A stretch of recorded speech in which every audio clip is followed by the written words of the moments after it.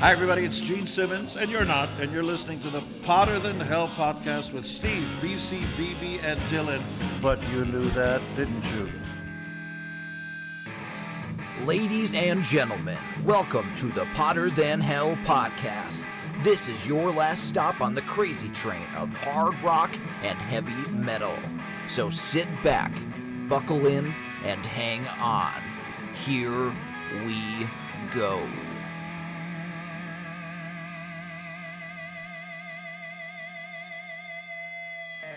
Hello, Potter Than Hellions. Welcome back to the Potter Than Hell podcast. Don't change your radio dial. Oh, wait a second. That's another podcast. This is Brad, joined by just Steve this week. Steve, how's it going? I am going great. How about you? I'm good. Nice afternoon here in Michigan.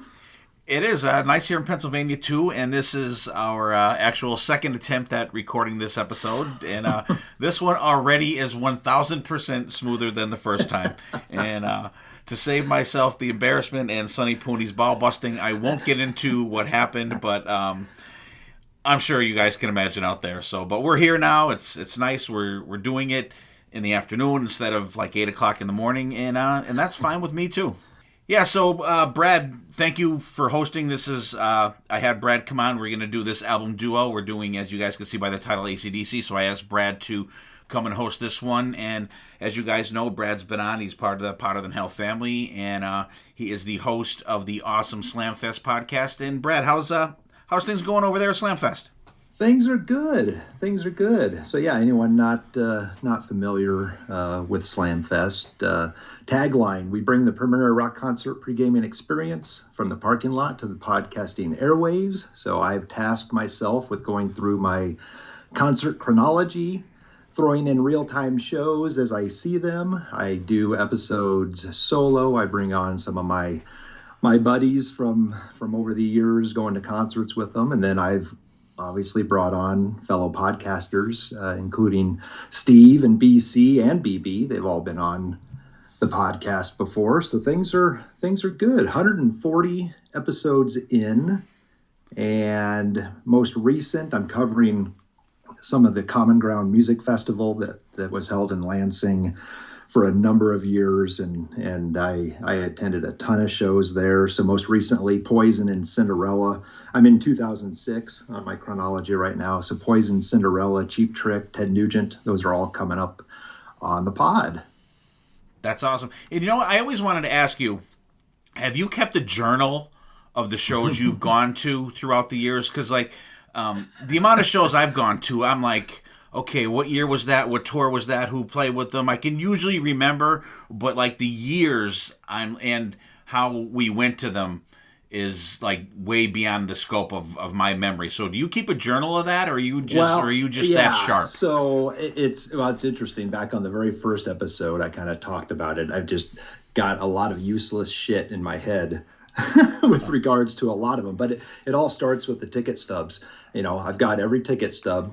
And I eventually converted those into a spreadsheet, and my wife is a hell of a lot more technical than I am. So she's created like different filters in there, so I can say, I can choose a band and it'll bring up every single show by that band. Oh. And so I kind of created this thing, had to go back in time and look at some stuff online to get some openers that I might have forgotten about. But other than that, no. I mean, it's crazy how it's almost like a photographic memory with me with a lot of these shows that just weird, quirky shit that happened just sticks in my head, and when I think of the show, it pops in there.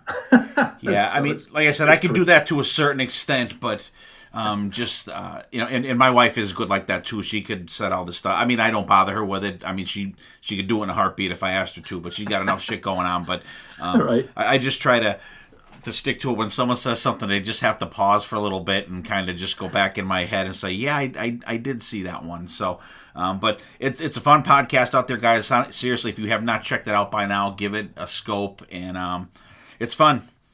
You're my Thursday listen. Yeah, appreciate that. So last week's episode, so you had the KISS crew on, and you guys went through Destroyer, Rock and Roll Over, Love Gun, and side 4 of Alive 2 and created an album. Yeah, we had a good time. We had 1/3 of the KISS crew because we had absolute shit weather here in Pennsylvania. So Scott was able to make it up. Chris had some things he had to take care of at home, and then BC was working. He was supposed to come halfway through the episode, but his relief never showed up at work. Literally blew off 12 hours of overtime, so BC had to stay at work.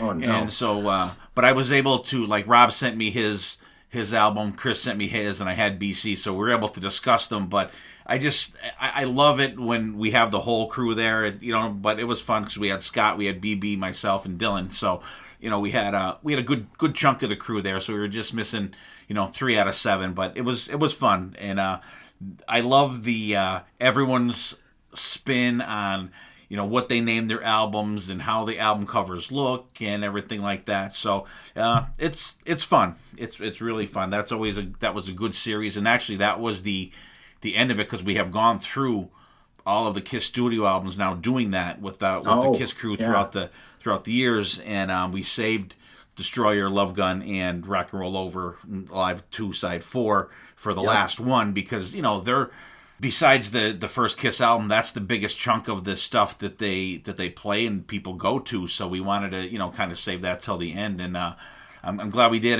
I was just disappointed that we weren't able to have the whole crew there together. I should have probably postponed it, but I really wasn't prepared to roll with the punches on that one, which I usually am, but I was messed up and the weather screwed us, but it was fun nonetheless.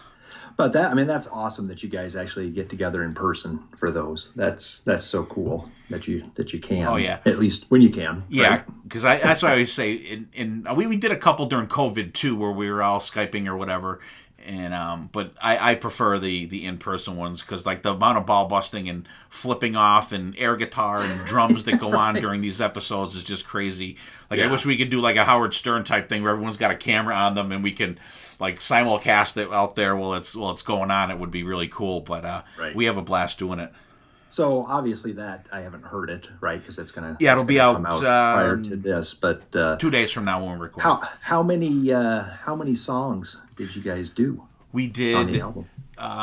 With the addition of side, we usually do 10, a regular album, 10 songs and then 2 bonus tracks. But with the extra songs from side 4 of Alive 2, we did 12 tracks and 2 bonus tracks. Oh, nice. So okay. It was I gotcha. It was fun, and it was cool, and Dylan kept track of the stats of what songs didn't get picked and which ones got picked the most and everything like that. And it's interesting to take, some guys only, one song was picked only by someone, it goes back and forth like that. But everyone's tastes are different. Oh yeah. Yeah. Well, you threw out as we were texting.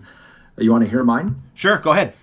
So, this is my bang zone for KISS, right? This is my KISS, this second trilogy. So it's hard, right? Because these albums are different, obviously. But so mine was titled Larger Than Life, which I wonder if anybody had that as their album Someone title.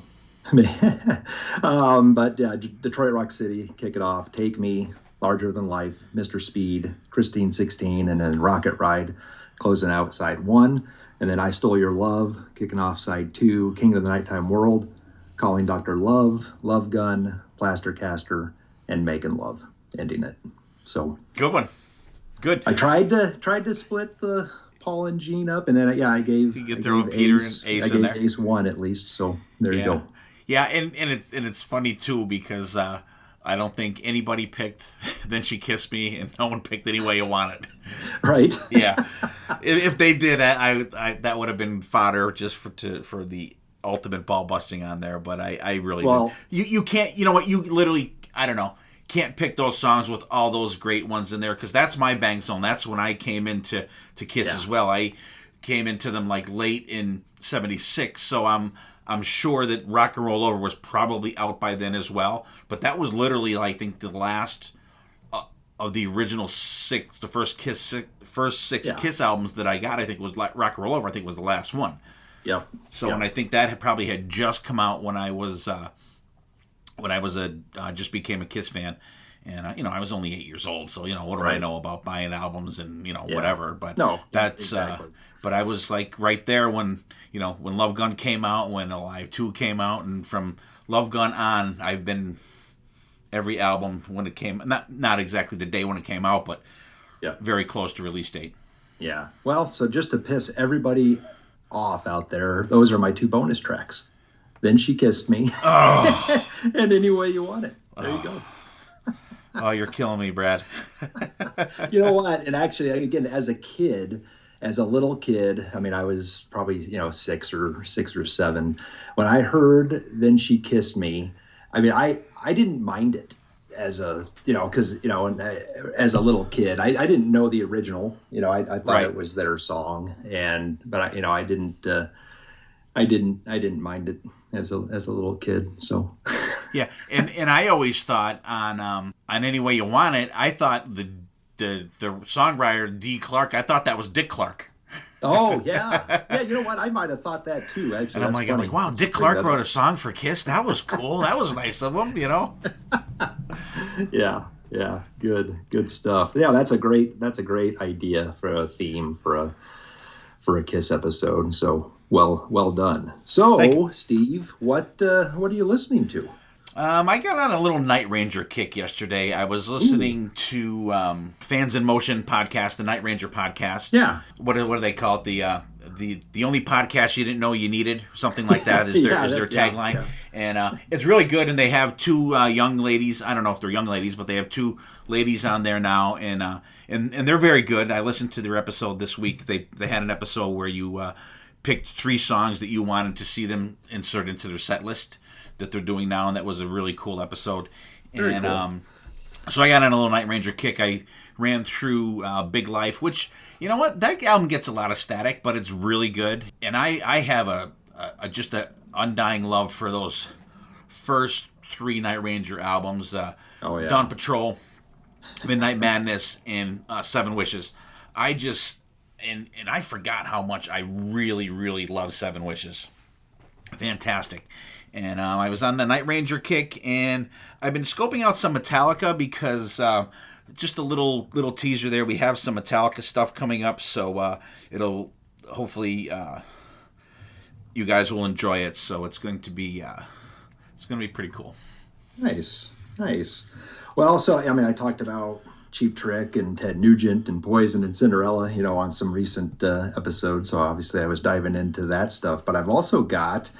Well, by the time this comes out, this episode's probably going to be out there, but I'm going to go see a Black Sabbath tribute band. So and it says the complete history. So I think they cover Dio era and Ozzy era, which is kind of cool. And I'm really intrigued. The band's just called Sabbath. And I'm not sure where they're from. I'm going to see That's them cool. down in Detroit. But yeah, so I've been listening to quite a bit of that too. If they're doing that, if they're saying they're doing the whole thing, then they'd have to delve into Tony Martin and they some don't Born Again mention stuff. they don't mention that. But I'm going to. It's interesting you bring that up. I'm going to dive into a little Tony Martin on that episode. Oh, I love the Tony Martin when I get stuff. into it. So Love it. Yeah. Very, very cool. So that's what I've been listening to. So you've got Night Ranger, first 3 albums, 7 Wishes. You've got Something For, and obviously Big Life you mentioned, and then Metallica, because you got some Metallica stuff coming up. So looking forward to that, Steve. Yep, it's gonna be fun. So why are we here? So Steve mentioned already that we're continuing the series, the 2x2 series, and we're diving into AC/DC. So just a quick history lesson on AC/DC. This will be real quick, Steve. So Sure. the Thunder from Down Under, Australian blues-based rock band from Sydney, formed in 1973 by brothers Angus and Malcolm Young. Original singer, well, I say original singer with regards to the studio stuff that was released, but Bon Scott recorded 5 studio albums from 76 to 79, and replacement Brian Johnson recorded 11 studio albums from 1980 to 2020. So classic era band lineup includes Angus Young, obviously Young lead guitar, Malcolm Young rhythm guitar, Cliff Williams on bass, and Phil Rudd on drums. And they have sold more than 200 million records worldwide and 75 million in the States. So big band here, Steve. This might be, I guess from those statistics, this might be one of the bigger ones that you've covered in this series. Yeah, this is a daunting task, and it's weird too. On the podcast, we've not done a lot of AC/DC stuff. I think we did one with Steven back a while back, and I know we did You did a set list, like one, a dream set list one. That was a great episode. That was fun. Yeah. That was really fun. I love those episodes. I go crazy on those. I get a little unrealistic at times, but it's my set list. And well, you've got the whole thing set up. I mean, you've got the stage show, and you've got what's happening when. It's awesome. Those are fun to listen. Yeah, they're fun to work on too. And I don't have any of them coming up that I think of, but now you kind of set the spark, so I'm gonna have to think of someone to do one for it. No, actually, we do. So, but it's gonna have a different twist on it. So, it's interesting because that would lend itself very well to the Slamfest podcast, right? I've talked about set lists a little bit and talked about things I might want to hear, but yeah, maybe in the future, I might dive into that concept a little bit more of, coming up with dream set lists and that type of thing. So cool idea. One cool thing to do if you have a show coming up, say, hey, I'm going to this show, in 2 weeks or whatever, and here's what I would hope to hear. Yeah. You got to be realistic, but you got to throw in some dream songs that you might want to hear too, for sure. Yeah, that would be fun. See how it lines up. Yeah. Right? Yeah. So backgrounds with AC/DC, Steve. What? How did you get into them? I didn't get into these guys till probably when Back in Black came out. I mean, they were all over the radio, and 1980 was pretty much like a tipping point for me, where I was branching out from Kiss and getting into AC/DC and Van Halen, absolutely Van Halen. We you could slice our veins out, and Kiss had come out of the one arm, and Van Halen had pump out of the other, and that's really when we started to, myself and Rob, that's on the Kiss crew. We started branching out, because at that point his sisters were older and they were listening to this stuff, and I have an older brother, but he wasn't really a musical influence on me because he was more of a hits guy for any band that came out. Sure. And so I kind of, found out for myself, Hit Parader and Circus Magazine, and me and my buddy and his sisters, they would listen to stuff, and their boyfriends would listen to stuff, so we would kind of, pick and choose from that. But as far as AC/DC goes, I'm going to say Back in Black, because I remember...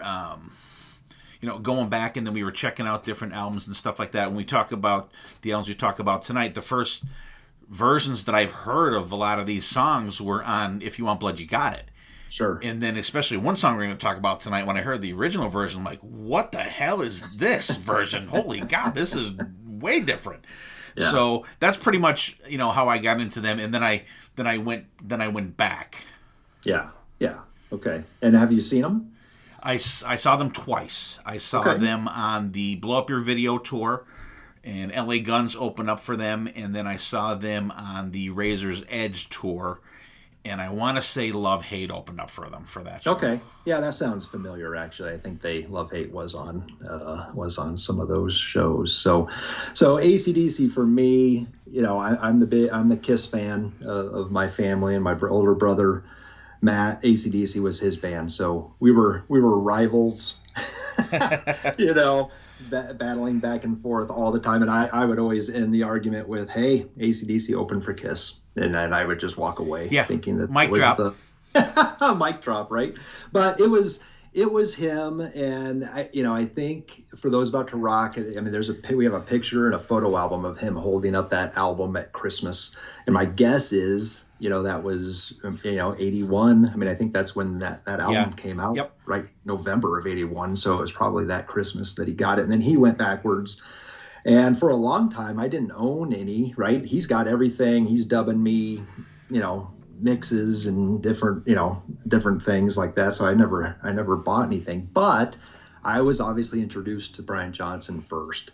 And I remember the AC/DC MTV concert from '83, which was actually recorded at Joe Louis Arena over here in Detroit. Oh, cool. And there's a handful of Bon era songs on there. And I heard Brian sing those sing those songs first. So then when I heard Bon, as a younger kid, even a 12-year-old, I was not a fan of his voice originally. It was just too unique. And obviously over the years I've it's an unbelievable voice with the material that he's singing over, but I was not a fan of his voice initially, but grew to like it. And I've seen him 6 times, and the first one was Blow Up Your Video, which was covered on episode 3, and it's an interesting story. Go listen to it, of my brother and I. I'm 15, he's 18, and our parents let us fly to Phoenix. Wow. To see it, because he was gonna miss it. I'm not sure. I don't think I was probably gonna go, but he was gonna miss the Omaha show. I think we were going to Canada with our dad on a fishing trip or something. So he was panicking, and he had seen the Fly on the Wall. Fly on the Wall was his first AC/DC show. But anyway, it's a fun story of two teenagers. That's crazy. Flying by themselves to Phoenix to see AC/DC. And then most recently saw him on the Rock or Bust tour with actually Axl Rose on lead vocals. So we saw one of those 10 shows, I think it was, that they ended up rescheduling in like September, I think, of 2016, and it was at the Palace of Auburn Hills over here, suburban Detroit. Was he in the Throne? No, he was mobile. Or were they AC/DC, or were they Guns N' Roses? Because remember, he used Dave Grohl's Throne. Dave Grohl's thing, right? Yeah, he may have used that in Europe, possibly, okay. But he was good. And again, he got different reviews of that. I'll reach that show at some point, but I thought he was fine, and they played some deep tracks. He brought some deep shit to that set list, which was pretty cool as well. So anyway, good shows, and yeah, I'm hoping, fingers crossed. I don't know, are they gonna are they gonna give it one more whirl? There's one guy in our Slamfest crew has never seen them, and which is shocking. But yeah, we want to get the gang together and go see them one last time. So let's hope they get back out there. Yeah, I may be the only one in our crew in the Hotter Than Hell crew that saw them.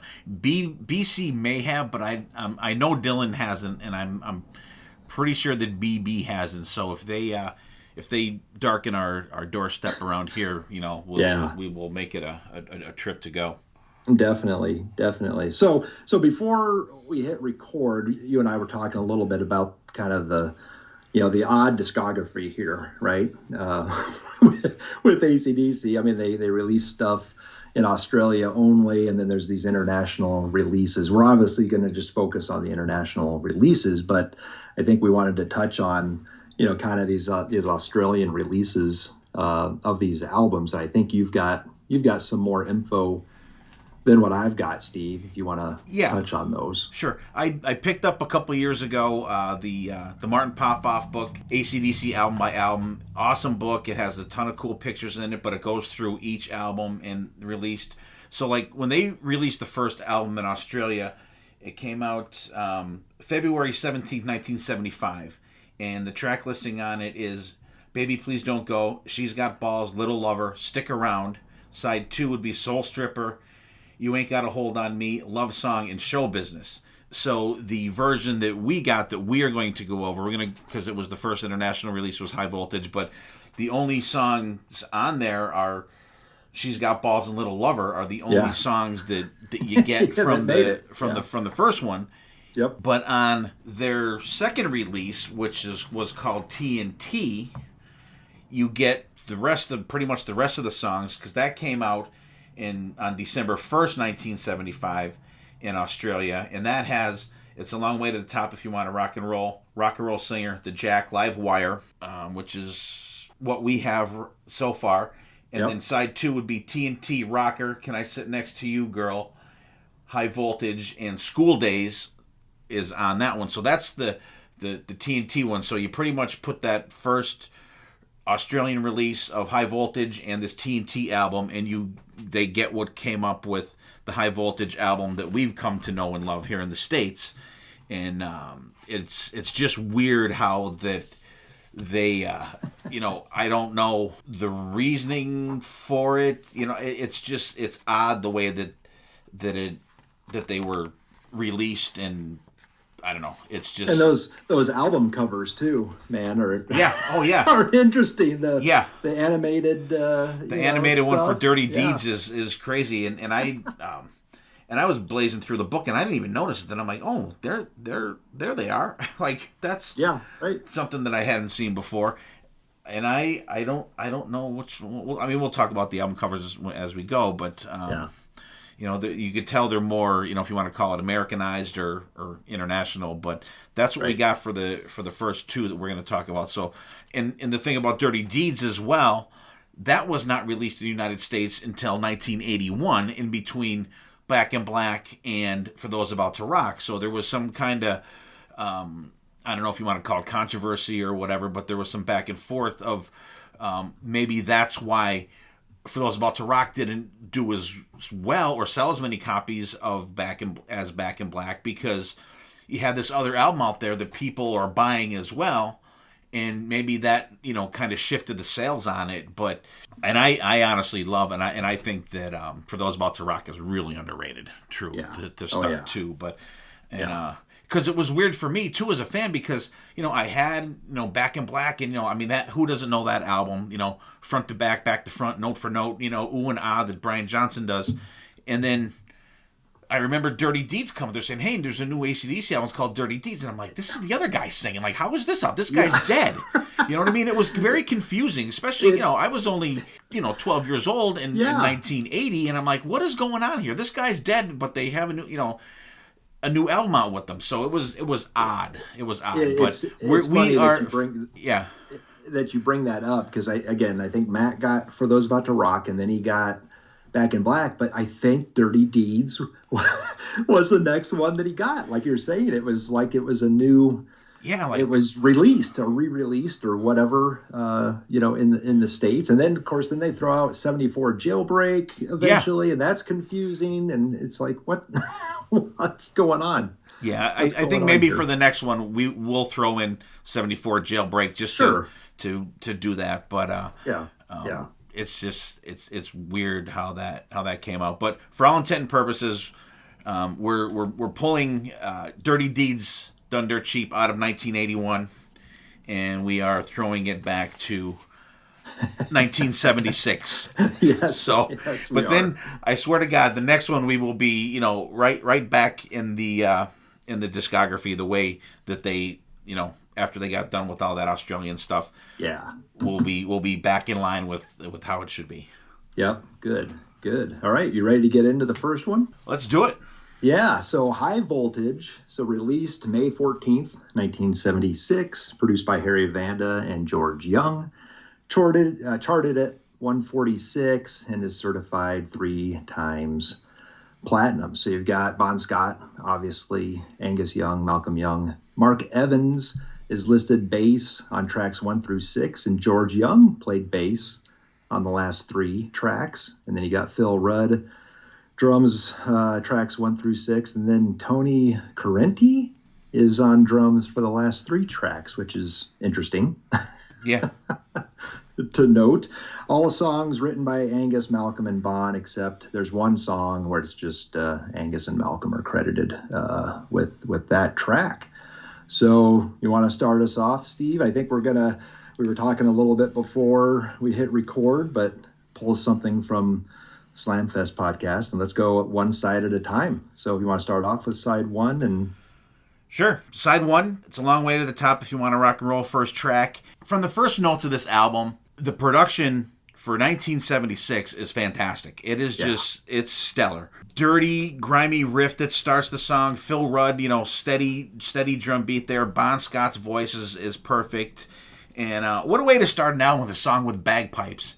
And the thing about the bagpipes, that I read in Martin Popoff's book, that they put them in there because Bon Scott said he had been in a bagpipe band in Scotland. But what he didn't tell them was he was only a drummer in the bagpipe band in Scotland. So he didn't know how to play the goddamn bagpipes. So they rented a pair and they figured it out. And I guess all that you hear is spliced together for the album. Yeah. So apparently you ever see the video for it where they're on the back of the truck and they're driving through the town and stuff. Apparently he's not really playing those bagpipes, I guess. But it is cool to see. And I always thought, I said on our episode that we did about the set list, I always thought that AC/DC missed a great opportunity to do something cool, and for every show that they have, get a local bagpipe player to come on stage and play that part. Yeah. For the song. I mean, I would lose my shit if they ever did that. But just a great song, and my brother's ex-father-in-law passed away a couple years ago. Absolutely loved this song. He would make my nephew play this for him every time they were in the car because he loved the bagpipes. And it was cool seeing an old guy rocking out to AC/DC driving in the car, you know what I mean? Yeah, but that driving beat that they have towards the end of the song there, and I always thought it was just but if you listen to it, that changes like 3 times as the song's playing out. And I never really listened to it until I listened to it very closely, getting ready for this episode. Fantastic. And I think that the next song, Rock and Roll Singer, I think that they are like brother songs. First song, You Get a Long Way to the Top If You Want to Rock and Roll. Second song, Rock and Roll Singer. They're trying to be to make it in rock and roll. Second one, okay, now I've made it to a certain point, and I am a rock and roll singer, and here's the the life of that. I like it though. It's not as up tempo as the other one, but it's it's from the fast driving beat to kind of into a little cruising speed on this one. Some good bluesy licks from Angus, and don't these songs have a certain charm to them when you listen to them? You kind of just sit back and go, you know what, this is cool stuff. It really Absolutely. is. Now you get a proper guitar solo from Angus one. Not a crazy one, but it's good. It's solid. You get a little spoken word kind of thing at the thing. I like the background vocals, and we're 2 for 2 as far as I'm concerned on this album. And the next song, The Jack, the first version I heard of this song was on If You Want Blood, You Got It. And you can imagine my surprise when I first heard this version. I'm like, what the hell is this? I mean, I was like, what the fuck? But it's fun. I like it. Apparently, it's Malcolm wrote it about a girl that contacted him that claimed that she gave him VD. Yeah. Yep. So I'm assuming that VD is the clap, and the clap is the jack. Yep. But I love the the double entendres in there. Just the way that they phrase things in this, and as for a card game, and it's just, you're like, wow, they are not talking about a fucking card game here. But Brad, let me know what you think. I think that this, in my opinion, could be considered the first sleaze rock song. Oh yeah. Like the way he sings it and the feel of it. I could see like Faster Pussycat or like LA Guns doing a really sleazed up version of this song, and I really can't think of anything further back than this that has that sleaze feel to it. Have you ever heard it covered?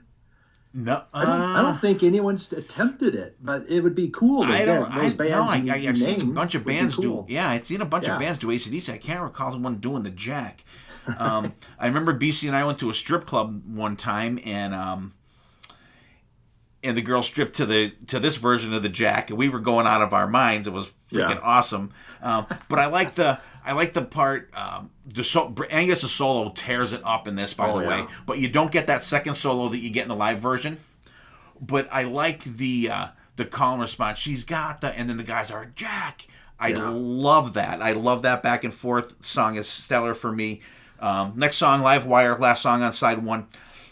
The thumping bass, some strum simple chords, great build to it. Our local favorite band Harpo, they used to do that. Jackal does a kick-ass version of it.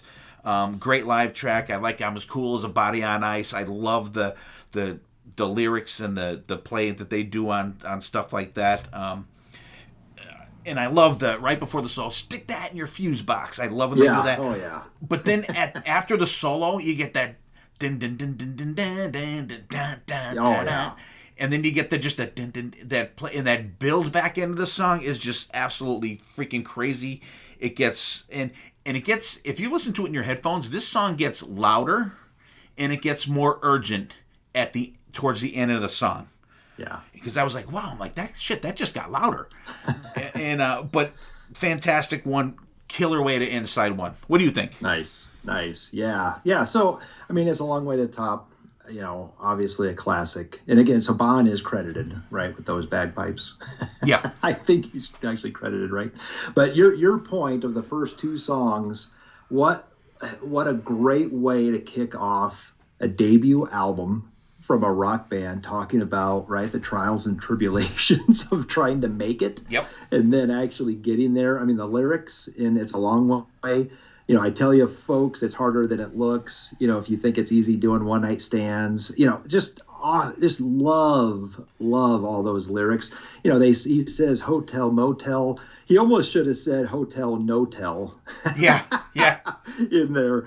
And I remember back this was probably late 90s, one of the radio stations here was kind of changing from the edge, right, like an alternative station just to a regular rock station, and this was the first song they played. Really? When they actually made the switch, and that always has stuck with me. What a great way to kick off a new radio station.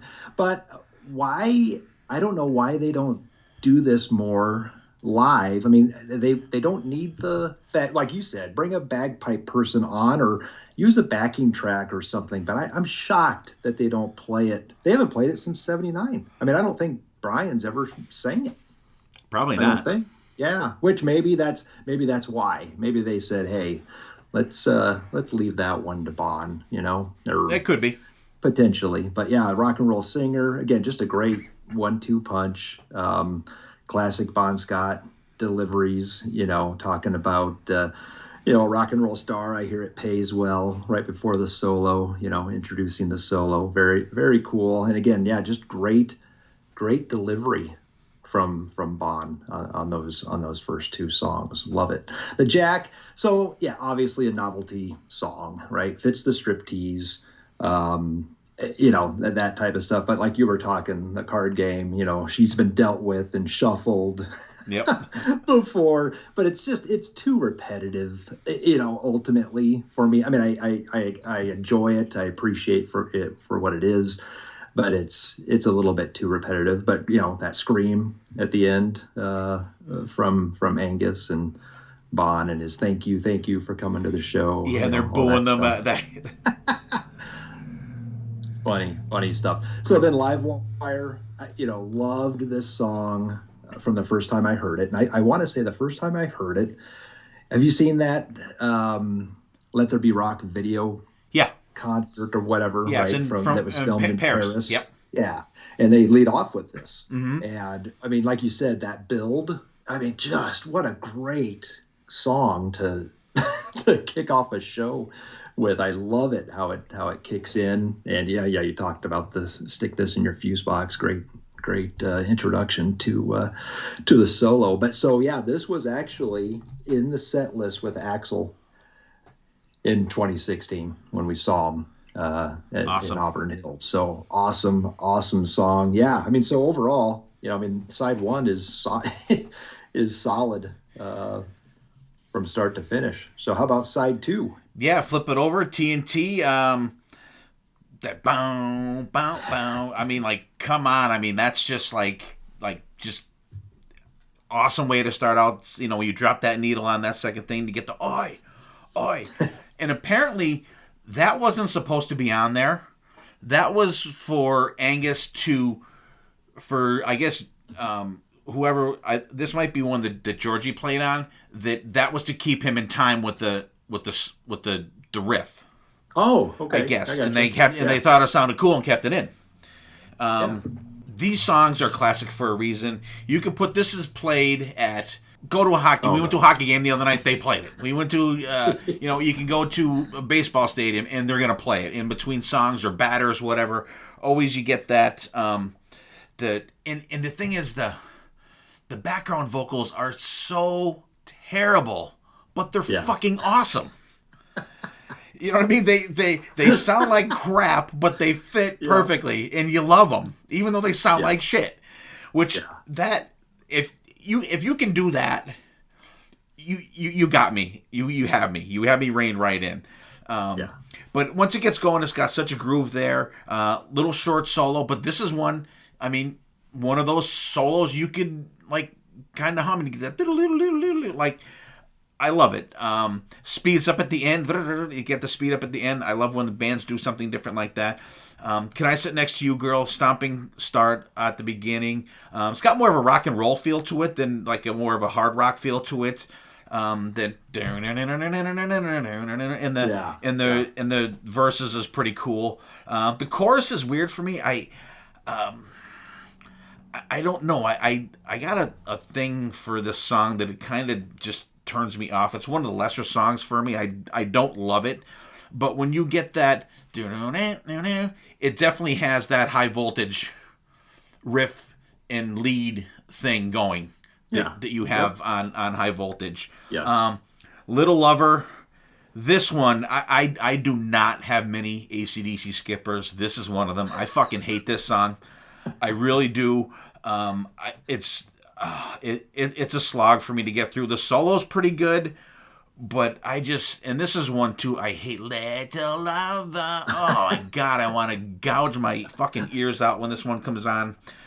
They bring me back somewhat, a little bit, for She's Got Balls. Convoluted start, a little stomping feel to it. This one doesn't bring me back all the way, because I'm not a huge fan of it. I don't like the song much, but I like how Bon Scott sings it, if that makes any sense. Definitely another song that has that sleaze feel to it. And She's Got Balls. They mean tits, right? Absolutely. Yeah. The solo's pretty good, but mostly a mess song for me. But then we come back, close the album out with one of my favorite AC/DC songs, High Voltage. I just mentioned with that. I love that at the beginning of the song. It's got a great build. The build on the album is short, but the version that they do on AC/DC Live, they stretch the song out to like 10 minutes and 30 seconds, and I love when bands do that. But this version is also killer as well. I love the lead playing during the verses, the high voltage, rock and roll. I love the background vocals on this one, and this is one, like, I think they fit perfect. I don't think they suck, but still love them, but I think they're great, and I still love them. And especially after like the last 3 songs for me, I'm like, thank God for High Voltage, because it saves side 2 for me. So, but a fantastic album ender, and I like that this album, it has just an element of fun to it. Yeah, absolutely. Well, side 2 is all about the bookends, for the most part. Those middle songs are a little bit of a tough listen, but I mean, TNT, classic. But do you think when I hear it, the riff almost sounds like it's halfway between a clean guitar sound and a distorted guitar? You know what I mean? Yeah. It's like it was probably by design or again, distortion. That maybe that was the way they wanted it to be. And you get into that second verse, or maybe right before the second verse, you can almost hear like vibrating. Yeah. I don't know if that's the snare or if that's or just vibrating on the floor. Yeah, exactly. So, of course, the first time I heard this song was on that 83 MTV concert, Flick of the Switch tour, with Brian Johnson singing it. So, it's heavier, obviously, in that live show. But yeah, you can't escape this song in a sporting event. For sure. Love the women to the left of me, women to the right line in there. And yeah, Malcolm's backing vocals.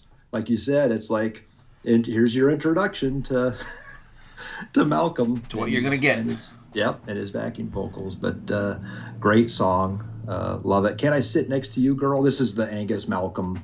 Bond was not involved in writing this, but like you said, kind of more of a rock-a-rolla feel. And I read somewhere that this predates Bond, which makes sense since Angus and Malcolm wrote it. But yeah, cool riff during the verses.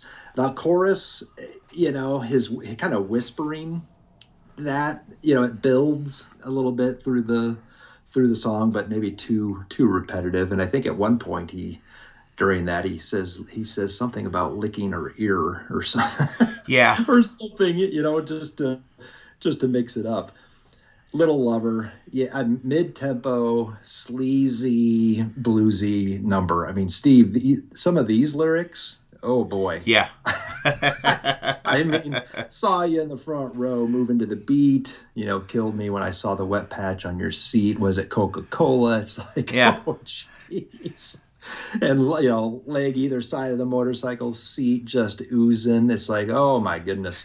But this, I read somewhere where it said Malcolm played the lead on this song. Oh, yeah? Did you see that anywhere? I did not. Again, you can't believe everything you see online.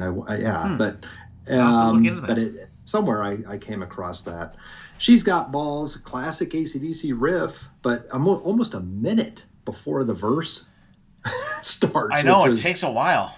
Crazy how long that took. And chorus, low backing vocals back there, but overall not something that I love. And then High Voltage, probably one of my favorite Bond era songs. So I agree. love that you love it as well. Saw it live. They played it on the Blow Up Your Video tour in '88. Went back and looked at that set list. It was on there. So great song live. Great opening riff. Very simple. It kind of reminds me almost of a Kiss. Something Kiss might have done. It's just a simple riff in there. Love the backing vocals like you mentioned, and some great interjections from Bon as the song kind of closes out. So yeah, I mean overall it's a solid debut for sure. Yeah, and I just want to revert back real quick to the album cover for this. The other one you get like a TNT box and it's Right. the High Voltage thing, like the sign. But on this one you get AC/DC with a couple lines through it, like a circular logo. Angus on there with like a lightning bolt coming down. It looks like it's hitting his right foot. But I just wanted to real quick just mention the album cover too before we. Yeah. I mean, cool album cover. It is. From day one. Angus is the guy. He was in the spotlight, yep. Right? He was the guy, and his hat's got the A on it, of course. But yeah, cool drawing there of that picture. So, anything else on High Voltage? Not on High Voltage, no. Just love it. All right. For the let's most take part. a break here and go to the gem song of the week. So again, since we're covering AC/DC, I felt like, hey, let's go through and go with a band that's influenced by AC/DC. So the band is Supergroup, and I've seen them live, so I've covered them on my podcast. But they're a rock band from New Orleans, formed by brothers Chris and Benji Lee in the mid-'90s. They've got 4 albums, self-titled in 2003, Rules in 2005, Fire for Hire in 2008, and Hail Hail in 2011. So we're going to go with It Takes Balls from the Rules album from Supergroup.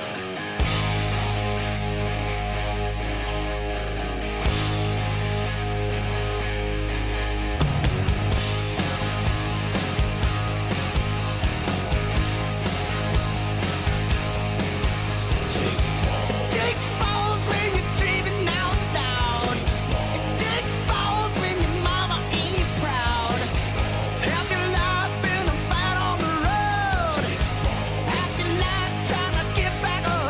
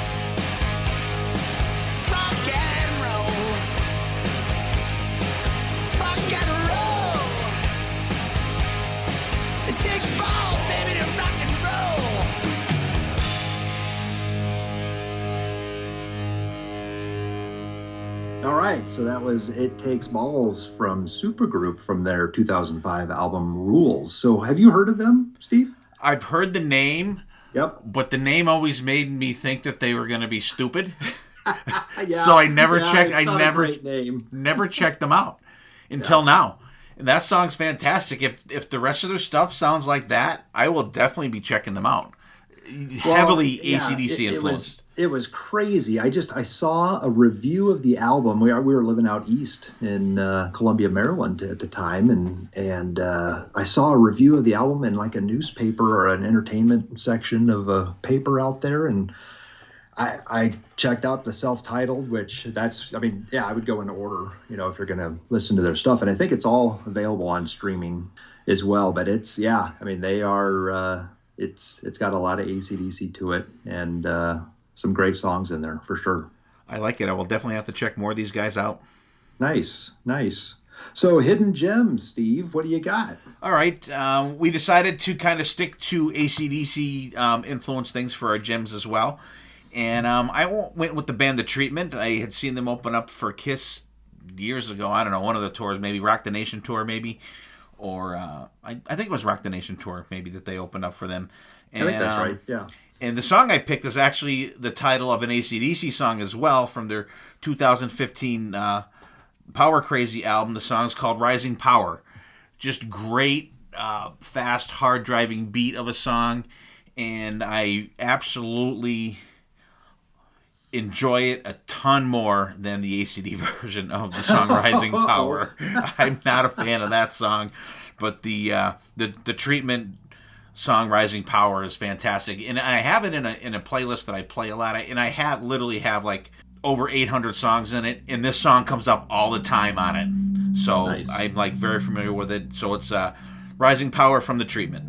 Yeah, nice. So yeah, I'm doing the same thing, kind of stick with the AC/DC theme, but I'm going with an album here. I'm going with Crocus, One Vice at a Time, released March 1st of '82. So other than the American Woman cover, this album's a nod to AC/DC. I mean, people are aware of it, and Long Stick Goes Boom and Bad Boys Ragdolls, Playing the Outlaw, and I'm on the Run. I mean, all those songs have an AC/DC feel, and I know there's a little connection. At least I think that's true, right? That he was looked at as a potential replacement for Mark Storace. I don't know if that's. I think so. I don't know if it was rumored or if it's an actual fact, but that statement is out there. Yeah. So anyway, great album, and yeah, if you're a fan of AC/DC, yeah. That's the first Crocus album that I got. Oh, nice. Very good. Well, let's move on to the second of the 2x2s here. So Dirty Deeds Done Dirt Cheap, released September 20th of '76. So that might, like you said, it was released in the U.S. later, but I think that was the international release date for the rest of the world, right? Is that how that worked? I'm not sure. I thought that was the U.S. release for it. And then it got re-released. Right. In '80. Gotcha. Okay. Produced by Harry Vanda and George Young again, so same production team. Charted at number 3, so way higher than the debut. 6 times platinum, and this is an interesting note. 3rd highest selling album in the U.S. behind Back in Black and Highway to Hell. Overall? That overall, that's really. I found that, and again, it's not surprising. Like you said, when it got re-released, after they were riding high. And I think people scooped it up. So. With regards to the lineup, so Bon, Scott, Angus Young, Malcolm Young, obviously. So Mark Evans, again, bass, tracks 1 through 6, and George Young, again, involved in the bass there, and then Phil was on all the drums. So do you want to kick us off on side 1? Yeah, I can do side 1. Starts off with the title track, Dirty Deeds Done Dirt Cheap. How else to start an album called Dirty Deeds Done Dirt Cheap with a dirty sounding guitar start? Right off the bat, once again. Like you said, this album was done in 1976 but the production on it is stellar. Once again, right off the bat, it kind of, a lot of it sounds like they could have just recorded all these songs at the same time and split the songs up. Yeah. And that's one of the things that I love about AC/DC, and you guys out there know I fucking hate bullshit intros. You don't get that with these guys. I love that. Thank you, AC/DC, for not doing that over the years. But they get right into it. You get the ha during the verses. That is cool. Very singable chorus. You're cool with getting someone that can do things, the shit that you don't want to do for cheap. And how can you go wrong? But I love that fingerboard that Angus does. Has us going back but listen to the band underneath. They are just a machine. And I love the part, concrete shoes, cyanide, TNT. Yeah. It's like you don't, especially for then, like you get stuff like that now, but that was like so cool because it's just a totally different arrangement in the song. We get the Angus scream at the end. Yeah. Next song, Love at First Feel. This is a great song that gets forgotten about, I think, like a lost deep track that when you hear it, you don't hear it a lot, but when you hear it, you're like, wow, this is such a good song. That groove it has going for it. I love the part, and it took me for years, and I had to look up lyrics to see. I love the part, I didn't know you were legal tender, but I'd spend you just the same. I fucking love how he sings that. It's just so... He kind of sings it like haughty, but it sounds cool as shit. Just another dirty, grimy feeling song. Total fitting solo from Angus with the band pounding underneath. Big Balls. This is the innuendo song of all fucking time. This came on, I think we had Ozzy's Boneyard on the other day. My wife goes, this song is crazy. I'm like, my balls are always bouncing to the left and to the right. It's my wish that my big balls could be held every night. I mean, come on. I mean, fucking genius. I just love how they do that. But I love how he sings it. He sings it like sarcastically. And I just love, you could feel the sarcasm just dripping off of every word in it. Straight up fun song. Rocker. And this is the last song on the side, right? Rocker? Yeah. No, yeah. Problem Child is on side 2. Actually okay. listed. Yeah. Yeah. Rocker. Great set closer for them that they were using back in the day. Fast rocking song. Straight up hard rock song. Great feel to it. Shredding solo for Angus. Quick, fun song. It's got like a Chuck Berry type feel for me. And good song. Great, stellar first side. Stellar. Nothing close to being a skipper on side 1 for me. You know what? I think Problem Child is actually on side 1. Okay. All right. Well, I'll go Problem Child. Yeah. Another great track. Straightforward hard rock song. This song has made tons of playlists for me over the years. But I like when you get the "She's a Problem Child." You get the bang bang there. I love that, and it's through the whole song. Yep. Angus solo is killer as usual. I love the simplicity of this band. You know what I mean? It's meat and potatoes hard rock, but they have such a good feel to it. And like when the band comes back in after the solo, you get that hi-hat picks up in the song that you don't get for the first part of the song before the solo. It has a little more urgent feel to it. The outro soloing is great. Angus tearing it up. Fun song.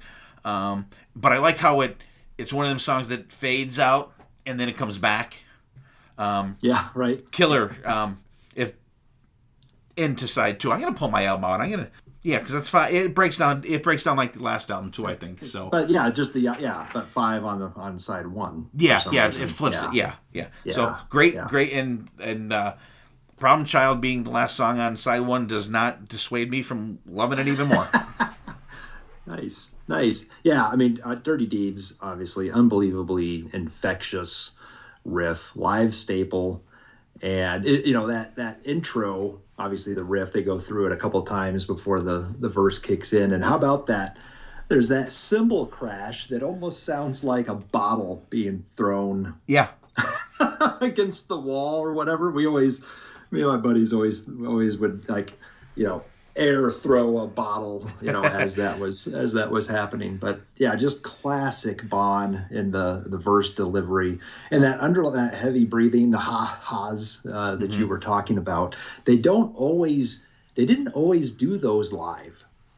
Yeah. Like on certain tours, it seemed like they would, Malcolm would come up, or Cliff, both of them would come up and do them. And I love it when they would do that stuff live. But just, yeah, unbelievable. And that breakdown part that you were talking about, the concrete shoes, it's cool that they mention TNT and High Voltage, yep. Right? I mean, 2 song titles and album title from the previous album. So very, very cool. Love it. Verse feel, same, yeah, cool mid-tempo riff. Kind of the verse riff almost sounds like the riff on High Voltage to me, a little bit. And great chorus in contrast between the backing vocals of Love at First Feel and then Bon's vocal in there. I think that's just done so well. And then First Touch was too much, just a great delivery from Bon on there, and felt good, just like I knew it would. And he laughs. I mean, just that sleazy delivery, only Bon could do. Yep. Big Balls. So I mean, right? Yeah, you said the classic Innuendo song, just novelty all the way. I mean, his voice is so over the top. Yep. Like you said, sarcastic, and it just the lyrics, and I mean, it almost. It's not embarrassing. You know what I mean? It just is. It's fun. It's just like fun. You gotta. If you take this song seriously and get offended by it, get a fucking life. I mean, the first time my wife probably heard it was probably on the radio, like you just described too. And I mean, she probably looked at me and was like, "What in the hell is this?" But yeah, just hilarious. Rocker. Old school 50s, rock and roll riff, which, I've talked about on my podcast. I'm not generally a huge fan of that. When I'm a fan of those songs back then, but I'm not a fan of bands, in the 70s or 80s, going back and doing that. AC/DC Rides of the Line of that. I'm a fan sometimes. It doesn't really work for me in this particular song. And then Problem Child, I mean, what a riff. And the opening line, I'm hot, and when I'm not, I'm as cold as ice. Whew. It's a great opening line. Chorus and backing vocals, fantastic. Great soloing, and just a kick-ass song. Yeah, always kind of scratch my head on the fade out, because they remove it from when this is on Let There Be Rock. I think they get rid of that. On the Let There Be Rock I think version. So. I don't have to go back. Yeah. But Problem Child's right up there, probably top 5 Bon era songs for me. Love it. So how about side 2? All right, side 2. There's going to be some rockin', bluesy feel to it. This one I could see being played like in a smoky bar, like with like 6 people watching it. You know what I mean? Yep. Like at the end of the night, everyone just lighting up their last cigarette of the night. Last call, having a beer, and it just has that kind of feel to it.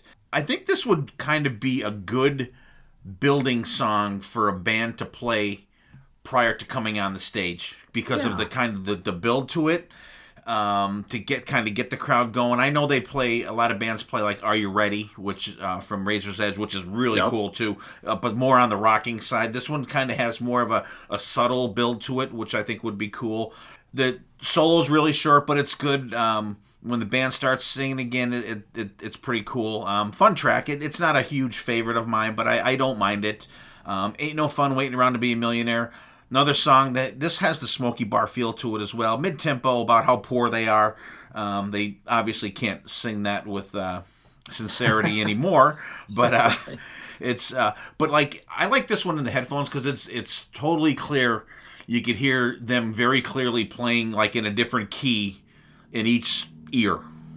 on this song. It's separated really well. The tempo, this takes a while. The tempo doesn't pick up till like 4 minutes into the song, but then it has like a rocking feel to it, and you get that call and response in the vocals. I do like how it gets going, but there's no real solo in this one, so to speak. But one of the lesser songs on the album for me, but it's not a skipper. It's a decent track. Right On, reflective, I guess you could call this one, with some like soft Bon Scott vocals. This song is boring as fuck for me. There's a slight build leading up to the chorus. The solo is like a good blues one. I'm just not a fan of this song. On one of the later albums, they do a song that's of this type that is one of my favorite AC/DC songs, but this is not how to do it. Definitely a skipper for me. I fucking hate this one. Squealer, just a back to the upper tempo stuff. Great build on this one. Cool bass line. I'm not sure. It's probably Mark Evans playing on there, but like he was out of the band by the time this album came out. So he plays on it, but he's not in the band when he's out of it by then. I like the chorus, how Bon has a different line when the band's going squealer, and he'll say something different, and then they'll say it again, and he'll say something. It's not the same thing over and over again. Then it kicks it up for Angus to tear it up. Well, the pace picks up. Angus really rips it up on this one. Real fun album closer for me. For some reason, I was talking about how you can get, this is kind of an all-over kind of thing for the album, how you get the, Angus in one ear and the other, and Malcolm in the other.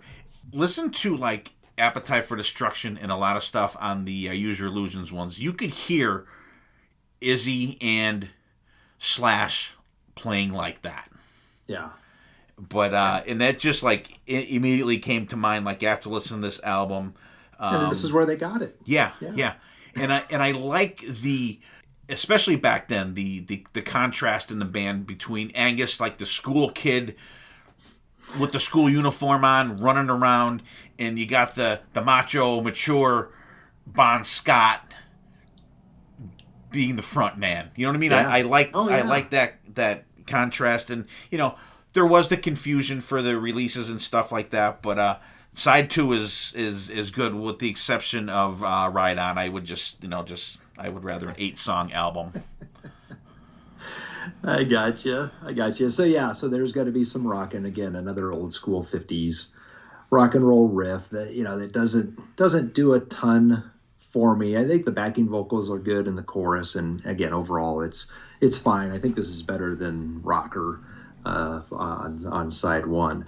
Ain't No Fun Waiting Around to Be a Millionaire. I think it's a cool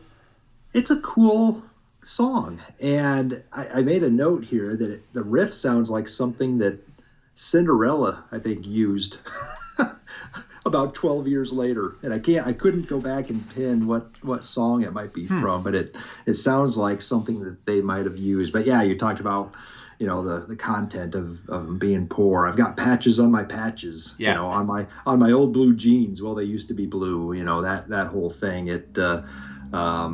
But just in the outro, like you were talking about, the call and response with the backing vocals, very, very cool. But yeah, lacking a solo of of any sort, which is too bad. Right On. So I'm not completely the opposite of you, because it does drag, but I think it's got a cool groove to it. And I mean, I know they do a bunch of these types of songs, and overall I do like it. The lyrics are interesting. Another empty bottle, another empty bed, one of these days I'm going to change my evil ways. Great guitar work, great lead work in there as well, but it does kind of plod along. And then Squealer, yeah, what a way to end the album. I mean, it builds and builds and builds, like you talked about, the bass line and sleazy song again, man. Yep. I mean, all kinds of never been touched before, all that stuff, and never been bald before, but cool. It goes kind of from a clean clean guitar sound riff to distorted, again, as it builds. And yeah, just that, man, oh man, sleazy squealer backing vocals from Malcolm. But yeah, cool, kind of a forgotten song. Nobody ever talks about that song, and it's a great way to end the album, and definitely a cool song. So yeah, overall, I'm a fan of side 2 as well. So very good, Steve. Well, I mean, I know this wasn't necessarily part of it, but which one of these 2 do you prefer? I was just thinking that. Yeah. To rank them. God, it's tough. I'm gonna, even though I really that patch of three songs on High Voltage is gonna make me go with Dirty Deeds, but like, I think that the songs that I love on High Voltage, I love more than I love the ones on Dirty Deeds. Yeah. You know what I mean? Yeah. But like overall, like there's more stuff that I would be like meh on High Voltage than Dirty Deeds. Like I probably wouldn't get up to move the needle on the record for to get rid of Ride On, but I would definitely get off my ass to move the needle over Can I Sit Next, or well, maybe not so much Can I Sit Next to You, Girl, but Little Lover. I would definitely get up and move the needle for that one. So yeah, I'm gonna go with Dirty Deeds. I mean, they're both fun albums, but you could see that they're progressing in their sleaziness on Dirty Deeds for sure. Yeah. Oh yeah. Definitely. Yeah. So I, looking at, again, they had those 2 kind of old time 50s riff songs on Dirty Deeds that I wasn't a huge fan of. And if you take Big Balls and the Jack, I probably like the Jack better, than Big Balls. So I think I'd probably go with High Voltage, again, with the bookends of both sides. Yeah. With It's a Long Way, Live Wire, and then TNT and High Voltage. I think that would push it over the edge for me. So I'd probably go with High Voltage. But yeah, like you said, they're both fun albums. Great way to kick off their career. So very good. Well, that was fun. That was great. That was excellent.